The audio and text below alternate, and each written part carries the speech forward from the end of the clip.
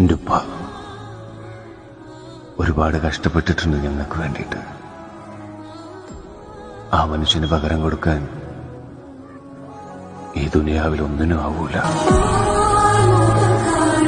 ഒരിത്തിരി നേരം പൊന്നുപ്പാന്റെ നിഴലാവണം, റുഹടരോളം ഉപ്പാന്റെ പൂമോളാവണം.